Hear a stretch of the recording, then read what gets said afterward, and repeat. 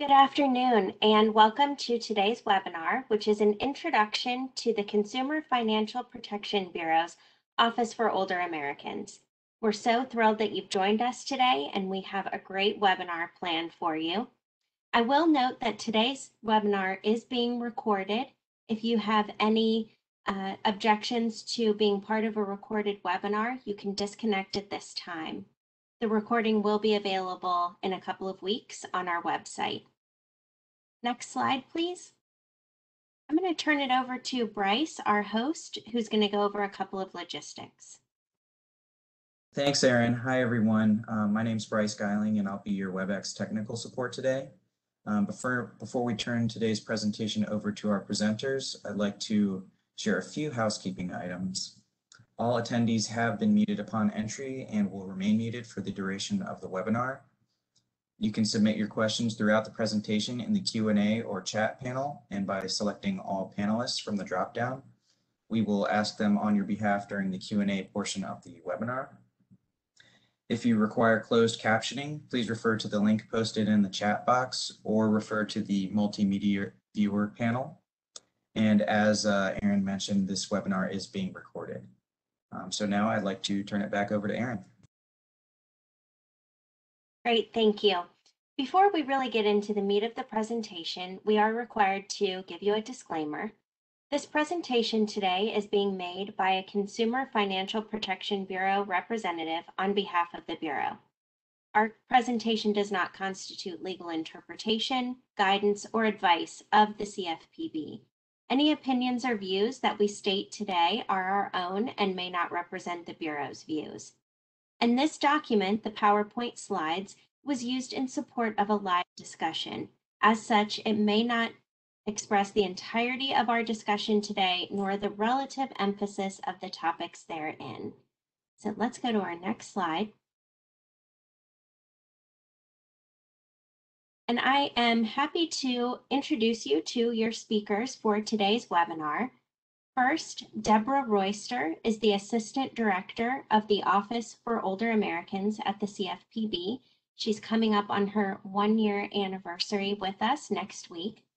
And after Deborah speaks, Michael Herndon will share a tour of our website. He's our Deputy Assistant Director for the Office for Older Americans. Deborah, let's go to the next slide and you can take it away. Thank you, Erin. And good afternoon, everyone. Thank you for joining us today. We hope that you are enjoying the waning days of summer and that you and your loved ones are safe and well as we all continue to endure and weather the challenges of the COVID-19 pandemic. In today's webinar, we will provide an introduction to the work of the Consumer Financial Protection Bureau and the Office for Older Americans. We will share resources of the Bureau for later life financial security, resources to help older adults, as well as financial caregivers and aging service providers to help avoid elder financial exploitation.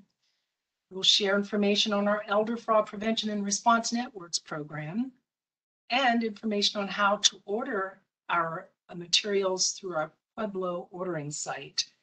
And finally, we will share information on resources on housing and financial challenges related to the COVID-19 pandemic. Next slide, please. First, I'd like to touch on the Bureau's mission and vision. The Consumer Financial Protection Bureau regulates the offering and provision of consumer financial products or services under the federal consumer financial laws, and we educate and empower consumers to make better informed financial decisions. The Bureau was created in 2010 with the passage of the Dodd-Frank Wall Street Reform and Consumer Protection Act, which was drafted in response to the Great Recession of 2007 and 2008. Next slide, please. We aim to make consumer financial markets work for consumers, responsible providers, and the economy as a whole. We protect consumers from unfair, deceptive, or abusive practices and take action against companies that break the law. We arm people with the information, steps, and tools that they need to make smart financial decisions. In a market that works, the prices, risks, and terms of the deal are clear upfront so that all consumers can understand their options and comparison shop. Companies all play by the same consumer protection rules and compete fairly on providing quality and service. To achieve this vision, the CFPB works to empower consumers to shop for the financial products and services that work best for them. We work to enforce consumer financial protection laws. We educate consumers throughout their life cycle. And our core functions are to provide a single point of accountability for enforcing federal consumer financial laws and protecting consumers in the financial marketplace. Before that responsibility was divided among several agencies. Today, it is our primary focus. Our work includes rooting out unfair, deceptive, or abusive acts or practices by writing rules, supervising companies, and enforcing the law. We enforce laws that outlaw discrimination in consumer finance. We take consumer complaints. We enhance financial education. We research the consumer experience of using financial products, and we monitor financial markets for new risks to consumers. In today's presentation, we'll be speaking primarily about empowering and educating consumers. Next slide, please.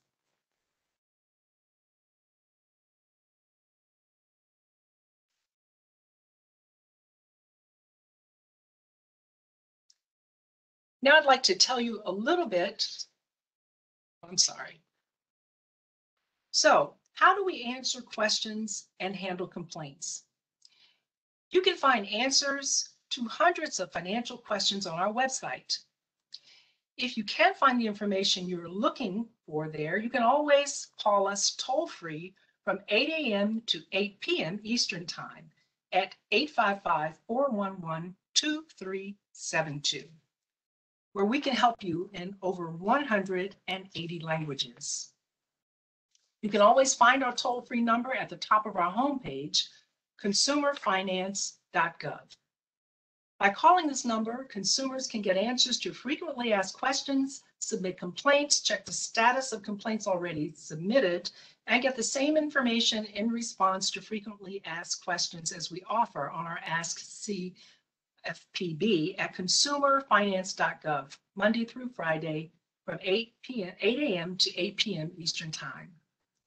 We offer services in English, Spanish, and more than 180 languages. Consumers can also find answers to their questions and submit a complaint on our website.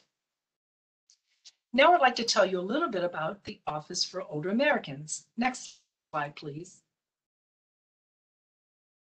Our office engages in research, policy, and educational initiatives to help protect older consumers from financial harm. We create tools and resources to help consumers make sound financial decisions as they age, and we help stakeholders by providing tools to support long-term financial security for older adults. And now I'd like to turn the program over to the Office for Older Americans Deputy Assistant Director, Michael Herndon. Michael? Thank you, Deborah, and thank you everyone for participating with us today. We hope the information that we're providing is not only informative, but useful to you. And one of the best places to start with getting information and resources from CFPB is our website. So I'm going to start off and provide you just a little bit about two of the agenda items that we talked about, which was as we've all experienced, the Groundhog Day, that is the COVID-19 pandemic, it continues and challenges in different ways. CFPB is continuing to stay on top of it and producing resources for consumers and other types of intermediaries around all the issues that continue to come up, certainly on the financial aspects for people's how it's affecting their lives. So on CFPB's homepage, which you see here, which is consumerfinance.gov, you'll see just down below at the homepage, access our resources around protect yourself financially from the coronavirus. And that's where a lot of the information that you can find, whether it's about housing security, managing finances, avoiding scams, understanding student loan repayment issues. That's where all of our information continues to be put and kept for resources around the impact of the pandemic. One thing that I'll point out is the housing. Right now, obviously mortgage payments, rental assistance, those kinds of things are incredibly important for people. A lot of moving targets and dates and information, so we're keep staying on top of that and providing a good resource for everyone. So that's where we have information about homeowners and renters and all of the information that might be of use to them. So that's certainly things that you can utilize with constituents you might have or in your own lives for the housing insecurity issues. And to then kind of transition over to about our office, the Office for Older Americans. This issue, the information I've just shown is more general to across the Bureau, but for our office specifically, we do have a landing page where all of the information for the Office for Older Americans is in one web page. And there's two ways to get there. If you go to our website, the main page, you'll see consumer education, resources for practitioners, and that's typically who we talk about: intermediaries, stakeholders, aging service providers, law enforcement, financial institutions that are concerned about aging. Or this is for any kind of intermediary we have. And then obviously as you scroll down, you'll see the different types of groups that the CFPB tries to provide useful and valuable resources for. Older adults and their families is the topic there. So this is the older adults, the older Americans homepage. And you can certainly bookmark this page, and then that way you don't have to go back through all those other layers. You just bookmark this, keep it at the top of your browser, which I certainly do. And then you can always come back to working with older adults. That's the homepage for our office. And you see we have a welcome video by our new acting assistant director, Deborah Royster, to provide an overview of the things that we do in our office.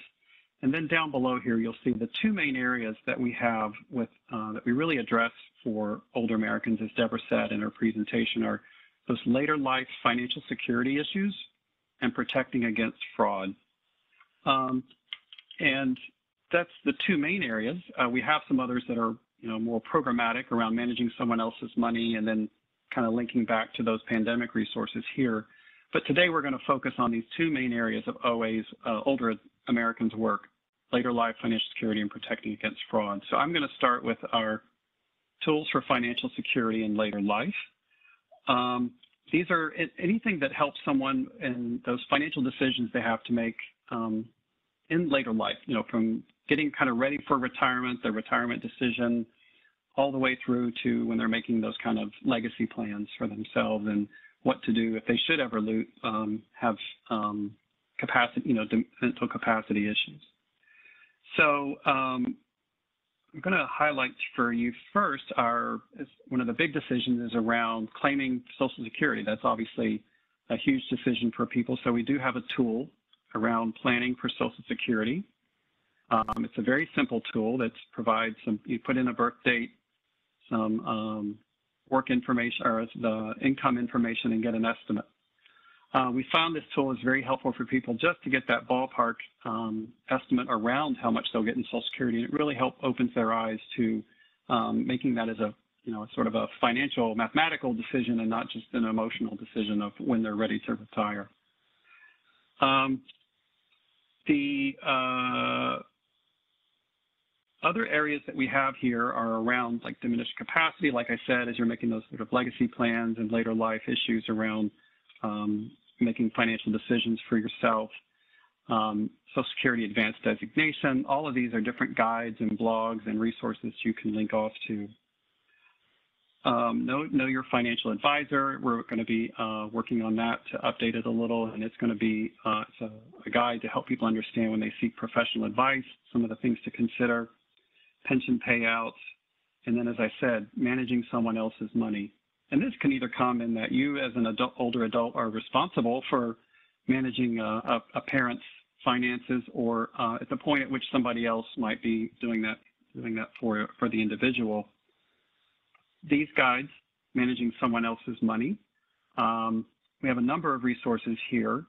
They are for 4 different types of fiduciary roles that people might have in managing someone else's money: power of attorney, court-appointed guardians, trustees, government fiduciaries. And on each of these, you can just sort of click through and quickly see the, download here, the actual guide. And that's what they, help for agents of power of attorney. On all of these materials that I'm showing you, I'm going to, at the end, go over to how you can order these through the government website to order free copies of these and have these shipped to you in bulk. So right now I'm showing you how you can get to them online, and then I'll be showing you how you can get to them to order them. Let me go back to our information that's later life financial decisions. We have probably, I'd say, the most comprehensive set of information about reverse mortgages that there is. We have videos, downloading guides on what is a reverse mortgage. We've got information for people who are just kind of considering possibly getting one. We've got information about what to do if you've taken out a reverse mortgage. That's the Rights and Responsibilities Guide. We have a guide for if natural disasters hit. Sometimes that happens and people have a lot of decisions and steps they need to do. So just a lot of great information around reverse mortgages so people can really understand home equity as they age and using that as an asset and what that might mean. So I will go back.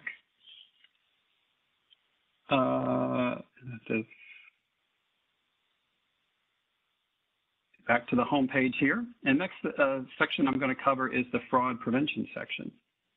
And this, so again, this was later life financial security, those financial decision tools, and this is the protecting against fraud section. And we have a number of items here that can really help individuals or, again, those intermediaries, stakeholders that might want to educate older adults around how to help reduce the incidence of fraud and exploitation against them. One of our key programs is the Money Smart for Older Adults. It's an instructor-led curriculum that can be used in a variety of ways. You can get copies of it right off our website, like right here is the guide itself, the resource guide that you would hand out to older adults.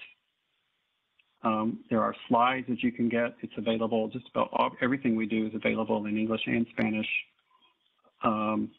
There are some other things that we do, such as consumer advisories around preventing fraud. We have information for assisted living and nursing homes.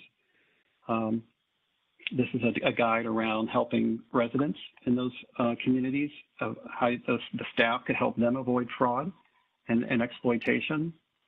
We have information specific for financial institutions, things that they can do to help their customers avoid fraud and financial exploitation, whether that be training or certain policies and procedures they implement, a number of resources for financial institutions. And to catch up where I am, and then one thing I wanted to point out, one of our programs that we have for fraud prevention is our Networks program. And that is a effort to help communities collaborate together to enable better prevention and then response to incidents of elder financial exploitation. So think of this as like a county coalition against elder financial exploitation. There might be one operating in your jurisdiction, or you might want to start one. And if we have a report around the benefits of those kinds of networks. We have information about within that report about what we found, different structures that they might take on. And then to help build more networks, we came out with a development guide. It's a network development guide. And in this development guide, it has a number of resources and step-by-step information on how you might put together at the local level a county coalition against elder financial exploitation, how to plan a retreat to bring those people together, how to host it, how to kind of get the network up and running, and then to continue to have that sort of ongoing work that you want to do. A number of things within each of these sections, like under establishing a network, just things that you might want to, steps you might want to take. You can print these out, and it's different, like a group activity guides, just a number of ways that we've put together information. And that also, one of the things that we've put together is a number of resources for those ongoing work that a network might want to take on, things that a stakeholder could use, like a planning guide, information about what is adult protective services, what are the area agencies on aging, different, background on financial regulators. So we really believe that that network guide can serve as a great resource for people who want to sort of, take on a different type of fraud prevention effort. And you can always go, click back the back arrow to get to the homepage of for older adults, the Office for Older Americans. Again, I have bookmarked it, so I just click on my bookmark browser and always jump back to our homepage. And what I want to show you here is two things. One is, if you'd like to, if you're not on our email distribution list, which if you got an email about this webinar, you probably are, but if by chance you're not, you can always subscribe to our email list here under the Connect with Us, or you can, show to other people where they can sign up for it. And then right here, the free brochures, another way to help clients. This is where you can jump over to the site where you can order all of our print materials for free. You order them in bulk. We pay for the shipping. They come to you. This is all on the Government Printing Office website, kind of housed at a place called Pueblo. If you happen to know, Pueblo is a distribution center for government publications. And CFPB's print materials are all together in one sort of web page, I guess, within the Pueblo site. So when you click on that link, you come to the CFP bulk publications, where you can order anything that CFPB puts out. Again, for free, we'll pay for the shipping. On the left-hand side here, you see all the different topics available. So again, like I was saying, we have managing someone else's money. Another older adults product is protecting residents. That's the guide for nursing homes and assisted living on what they can do to help prevent incidents of elder financial exploitation. So you see that's the topical area. You just look for the different products available. This is the title. This is that guide. If you'd like to order, you just simply choose here on the right under order this print publication, the number you want, add it to a cart. If you've done any online shopping during the pandemic, you know that you build a cart and check out. So the good thing here is you don't have to pay. You just put in your information and you get it for free. Obviously, the information here that's required. What really helps us is when you say what type of organization it is. That just helps us to know how to better tailor our materials, and then submit the order. There's a number of older adult, like those anti-fraud information that I was saying. We have placemats, like senior centers can order placemats so that if they happen to provide meals, they can order placemat, and order, let's say this one's on Play It Safe Online, about online safety. This publication is available only in electronic format, so this one's for download. There's others here that you can order in bulk. There we go. So this one, this is the charity scam placemat. You can order again, up to 1,000 copies. So you can order 200, add to the cart, and then check out when you're ready, and it's going to submit your cart. So that is our tour of the website. I know that was kind of a lot and quick. We certainly are available by email and for follow-up if you ever have any questions about information on our site and ordering from Pueblo. And I'm going to now stop sharing, and we come back to information on the slide, and Erin can take it from here.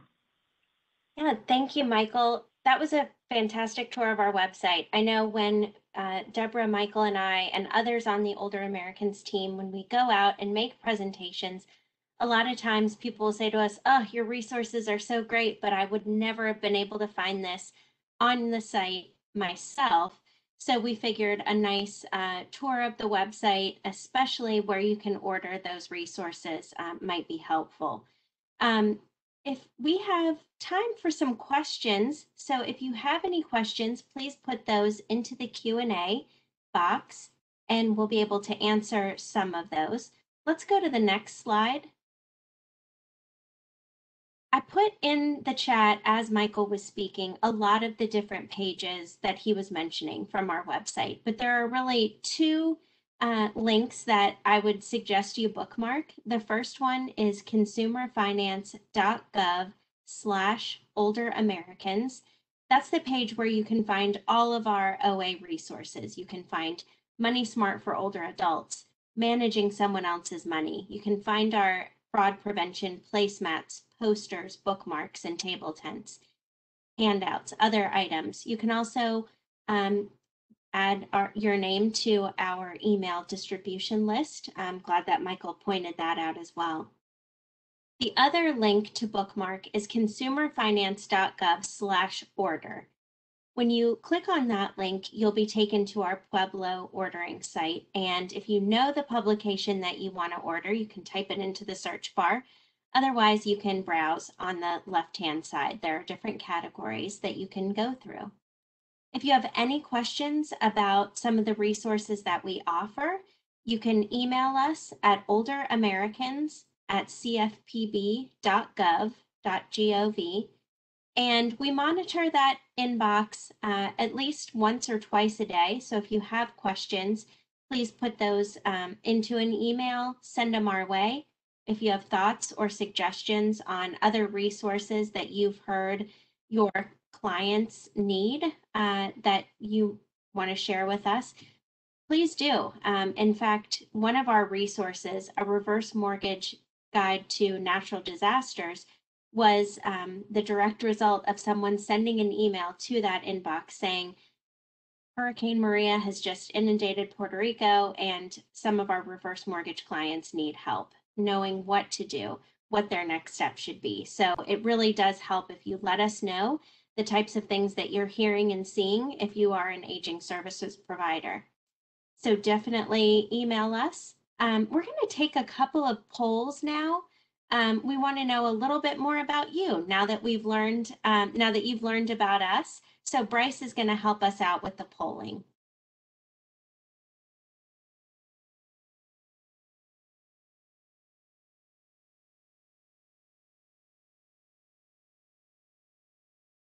Okay, so the polls should have popped up in the right-hand side of your screen.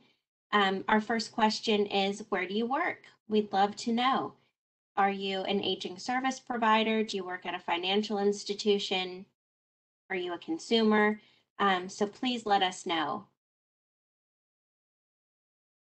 We'd also like to know how you heard about this event. So click all of the options that apply, but if you received an email from us about this webinar, click on email listserv. And if you saw it somewhere else, definitely click that option. If a friend told you, definitely click on word of mouth or that you received an email from a friend. And if you use our resources, let us know how useful you think they might be to your work, whether they would be extremely useful or not at all. We definitely want to know. Hopefully they're at least slightly or moderately useful, but definitely check that poll question. And then let us know what we could improve for next time, as well as provide any additional comments that you might have about our webinar today. This is the first in a series of webinars that we'll be holding each month, and we'd love to know other topics that you might want us to cover. If it's something that we do cover, we would consider that. We don't have all of our topics nailed down quite yet, so definitely let us know. And if we have time, we're going to give you just a couple more seconds to complete some of these questions, but I'd love to share the answers to the first and second questions, if we can.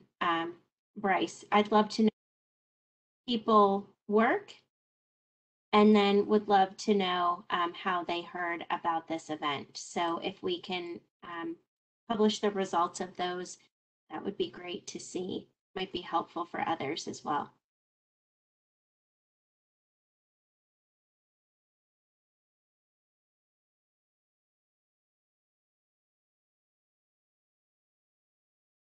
Okay. Looks like we got a few people who didn't answer, but most of you work at financial institutions, legal services, or some other type of aging service or social service provider. We've also got an awful lot of librarians on the call, so that's fantastic. A few consumers and a few financial caregivers, so that's really great. And then how you heard about this. Most of you said that you received an email from us or an email from a friend or a colleague. So that's very good to know. A couple of you heard about it on social media or from our website, word of mouth, and that's great too.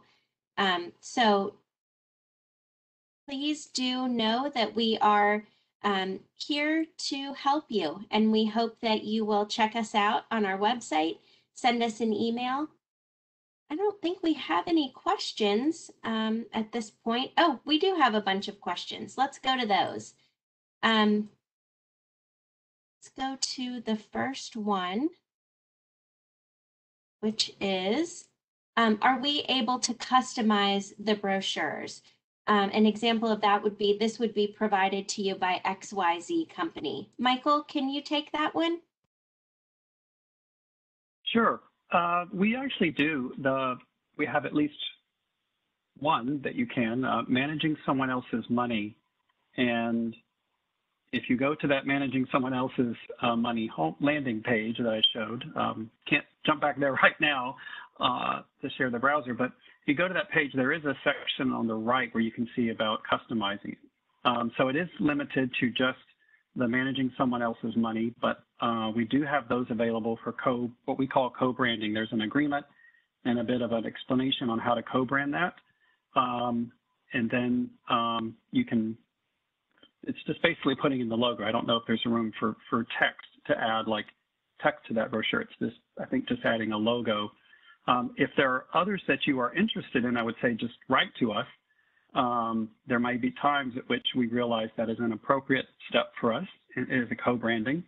The other thing that I would say is also know that the information that we have that is not copyrighted. Now you can't put it out as though you're the government. You know, you have to sort of make sure that you are following the rules around not portraying yourself as actually the CFPB, but the material. So if there's something in managing someone else's money or Money Smart for older adults that you think is valuable and you would just like to take that text and put it into a newsletter, that's certainly okay. So there's ways to customize, co-brand with us, but then there's also ways to use our content and spread the word on your own. Thank you, Michael. Another question for you is approximately how long does it take to receive the publications if you order them from our Pueblo site? This person's in Georgia, but can you answer that question? Yeah, one thing I'll say is that at times we get a rush of orders and we might run out of stock. So if we have them in stock, you know, it's I would say, depending on 3 to 6 weeks is going to be an order time for most of our publications. If by chance we are out of stock, because this happened actually back in the spring, we had a huge rush on our materials. We had to go into reprint mode, so we might go into back order. If that's the case, we will put a note. We will send you a notice saying this is in back order. It may take a little bit longer until we get those new copies printed and put to the warehouse and then ready for distribution. But you will know that. So I would say anywhere from 3 to 6 weeks, you know, kind of expect the materials to arrive. And if they're in back order, you will get a notice on that. Now you can certainly download it and, you know, download them off the website and they're immediately ready to go if you have like a more immediate emergency need, so to speak, and use those downloaded versions. Yeah, that's an excellent point, Michael. I think if you have any questions, if something that you are interested in is either not available at Pueblo, or if you just need a little guidance on how to print something, some of our resources are booklets, so they might need to be printed a little bit differently. Just drop an email to us at olderamericans@cfpb.gov and we can help with that. Our next question is, do we have any slide sets that can be used on a Zoom call to help educate seniors on any of the topics that we discussed today? Michael, do you want to take that one as well? Sure. Yes, we have it's specific to the Money Smart for older adults. That print guide I showed you, again, if you go to our homepage, the financial fraud prevention section, Money Smart for older adults is the first program that comes up, the first set of resources. There's a link there over to where you can download some PowerPoint slides. It's from our partner in Money Smart for older adults, the FDIC. So they, on their site, have PowerPoint slides that are, again, free for download. You could go over them in the Zoom. There's also the print resource guide, so that reflects what would be in the PowerPoint slides. And then we actually also have an instructor guide, so that if you were doing them either in person or online, you could use the instructor guide to go through the slides. So you could do a whole Zoom presentation. You've got the instructor guide right there in front of you. You've got the slides ready to use. And then what also, again, if they're in, I know we're kind of going back to a not in person, but our placemats and those bookmarks and those other things that I showed you, those are, again, also lined up to Money Smart. They're the same topic. So if you wanted to do the Money Smart section on romance scams, you've got the instructor guide that tells you how to do it. You've got the slides you could show. You've got the print resource you could hand out, and some bookmarks and a table tent and a poster and a placemat to kind of all go with the theme. If I could just add to that, thank you, Michael. One of the great things about, great aspects of the Money Smart for Older Adults program is that it is literally a turnkey initiative where you and your community can download the materials, the instructor guide, all the PowerPoints. The work has been done, and you can share that information with your stakeholders in your community, and it is, you don't have to create that content yourself. Before joining the Bureau, I worked with an area agency on aging, and that's exactly what we did. And we were just so thrilled to find a resource that was readily available, that was free. We could order it in bulk, and we shared that with our stakeholders, and it was very, very well received. So if you haven't had a chance to take a look at the Money Smart for Older Adult Initiative program, please do. As Michael indicated also, we have updated it recently with a new segment on romance scams, because we know romance scams have affected consumers at all ages, but for older adults in particular, older adults experience the largest dollar loss associated with romance scams, according to FTC data. And I believe that the average dollar loss is approaching, I think it's about $9,400. So we decided that it was, working with the FDIC, very important to update Money Smart to include a segment specifically discussing romance scams. Thank you so much, Deborah. And I have a question for you. At what age is an individual considered an older adult? This person who was asking is a social worker who's interested in working in aging services. I believe the Older Americans Act defines older adult as age 60 or older. There are other agencies that define it differently, younger or older, depending. So it can depend on the statute that you're looking at, considering, and so I think it really, you have to look at specific legislation and specific agencies for that determination. Great, thank you. And for our purposes, the Dodd-Frank Act suggests that it's 62 for us, but we are really, anyone is an older adult. Any of our resources can be used with people of all ages, including those fraud prevention placemats, including Money Smart for older adults. It's in a larger type font, but other than that, there's really no barrier to using it with others who you may serve. And Michael, we have a question. One thing I might add, Oh, sure. Erin, is a point about the older to, like you and Deborah said, there's going to be a variety of ages that might meet a legal definition or some other definition in law, but there's also sort of the emotional aspect of, let's say it's somebody who's 58 who's just lost a spouse unexpectedly. They may be in a heightened state of concern and grieving that makes them a little bit more vulnerable for fraud, and they might have a number of assets that they're now dealing with the insurance payoff, and what do I do with this 401k that's left over? So that may be, it's not necessarily that they're older, it's that they're experiencing something that is putting them at risk that an older person might more often be facing. So versus a couple who are in their 70s who don't face that, it may not be in that emotional state. So sometimes it can be both, like what's the legal definition for different benefits and purposes, and you claim Social Security at age 62 or up to 67, but it could be something just like losing a spouse. Thank you. Michael, I have another question for you. Can you share any resources on using technology safely for older adults?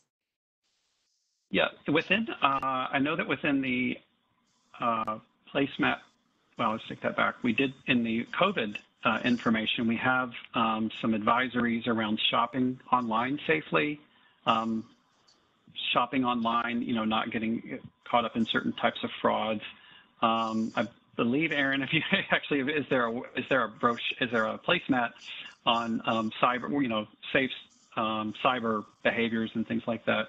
So it's a variety of materials that we do have. So we do address it, not solely. There are other agencies like the Federal Trade Commission and other types of agencies that might deal with cybersecurity and safe online behaviors, but we do have some information on that. Great, thank you. And I'm going to drop a couple of links into the chat. As Michael mentioned, we did publish a blog post that you can very much copy and hand out on shopping safely and other tips for financial caregivers during the pandemic. And then I am also going to put in a link to some resources from our pandemic response that are specifically for older adults too. So check those out in the chat. Let's see what our next question is. Let's see, does your agency or office, so OA or CFPB, investigate fraud cases when complaints are filed or refer them out? Deborah or Michael, would either of you want to answer that one? We do receive complaints on our CFPB website, as I reviewed earlier.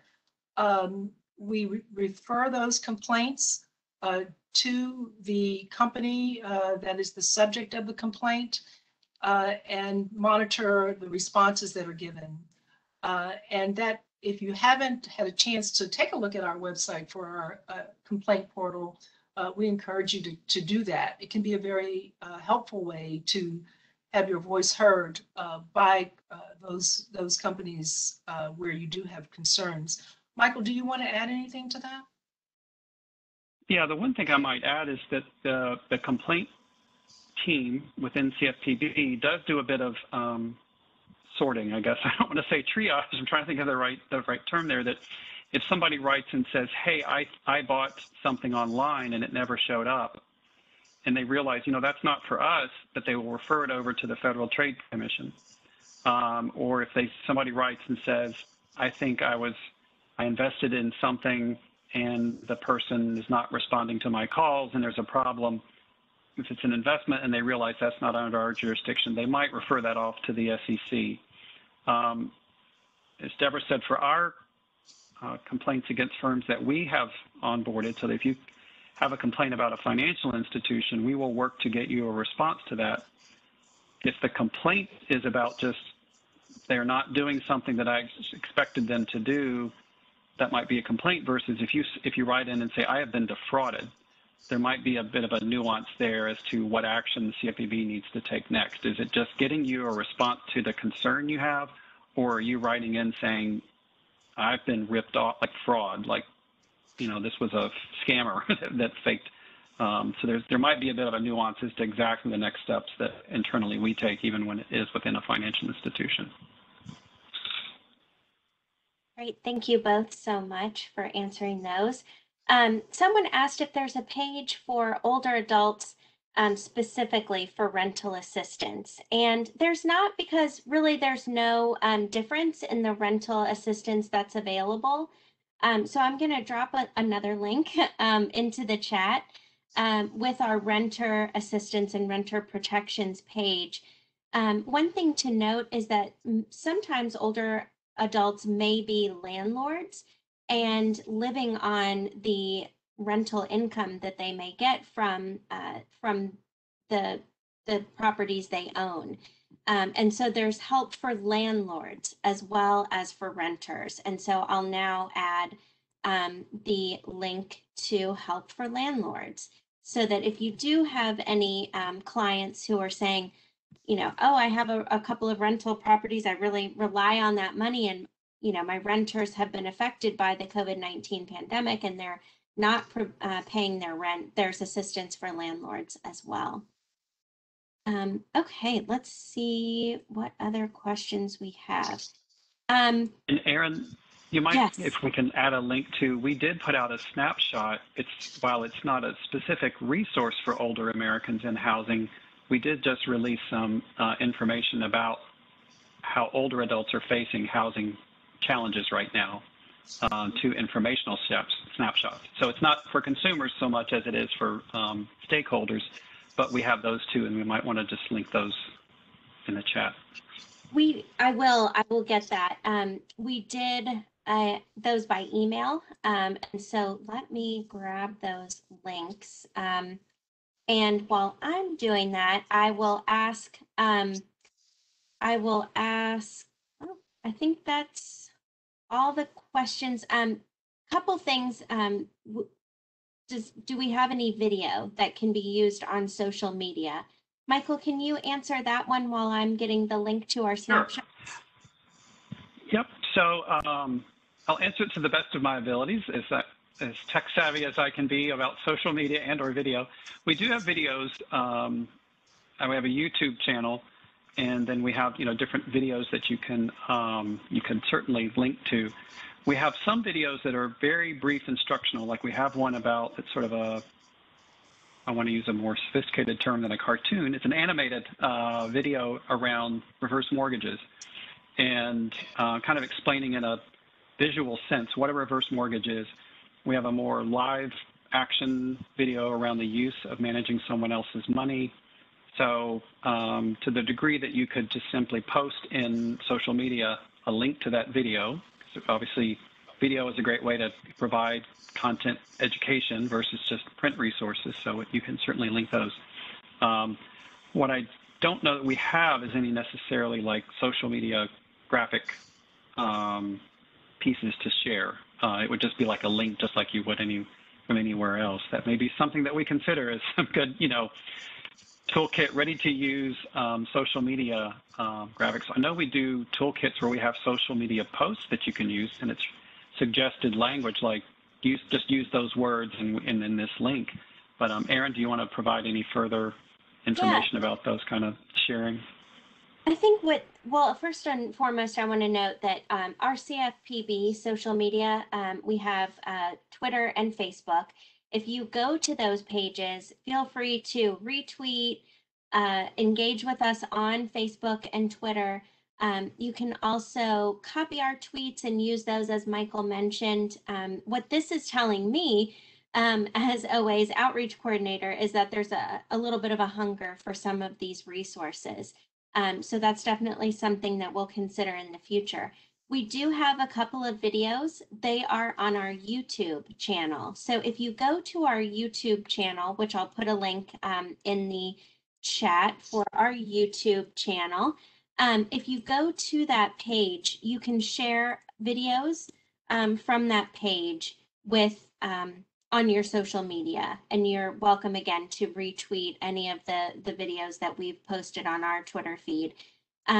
In particular, a video about the reverse mortgage product it's one of our most watched videos, I think, because it's a video that really shares what a reverse mortgage is in a concise way, and it's engaging. So I encourage you to check that one out as well.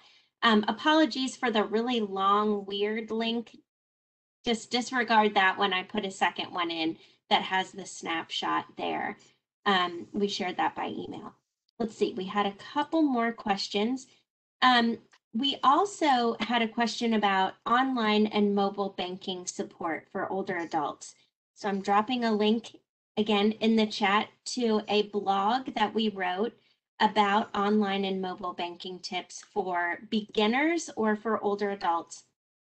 I'm in our Office for Older Americans. I wrote it so it has a beginner slant, but know that that's kind of an older American lens. So definitely check that out. I would also suggest that you check out the Ready, Set, Bank videos. We've seen those and heard about them. They are not our product, so I am not endorsing them in any way. But if you Google those, you may find that those are of interest to you as well. And let's see. The last question that we have is, will you be sending copies of this presentation out to the audience? And I'm happy to report that we've been recording this webinar. And so give us a little time to clean up the recording, and then we will post that on YouTube and on our Older Americans webinar archive, which I will add a link to as well. If you go to our Older Americans page, there is a spot where you can find all of the webinars that we've done in the last couple of years. And that may be a good opportunity for you to revisit some others that we posted earlier this year around May, which is Older Americans Month. And those will give you some other in-depth topics, and we'll be continuing to add our monthly webinars to that page. So check back often. Because we didn't require registration for this webinar, we won't be sending out the slides. So if you'd like a copy of the slides, please visit or please email us at olderamericans@cfpb.gov, and we can send a copy of the slides out to you. But please note that Michael shared a screen. So there were only about 10 or 11 slides in the presentation. So it may be a better thing to watch the recording and share those links as well. And I think that's everything. Any other questions? Looks like we have.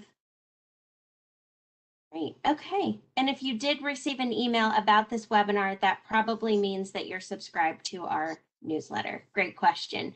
People are wondering how they got on our list and how they found out about the webinar, and that's how. So with that, I think we will close it out. We'll give you 5 more minutes back in your day. A special thanks to our Assistant Director, Deborah Royster, our Deputy Assistant Director, Michael Herndon, our webinar tech support, Bryce and Whitney, who've been behind the scenes answering a lot of your questions and helping us out as we navigate this. And we look forward to seeing you at our next webinar. Save the date. It's September 29th at 3 p.m. and we'll be discussing housing resources. So those of you who asked questions about housing, bookmark that date on your calendar. Thank you so much, everyone.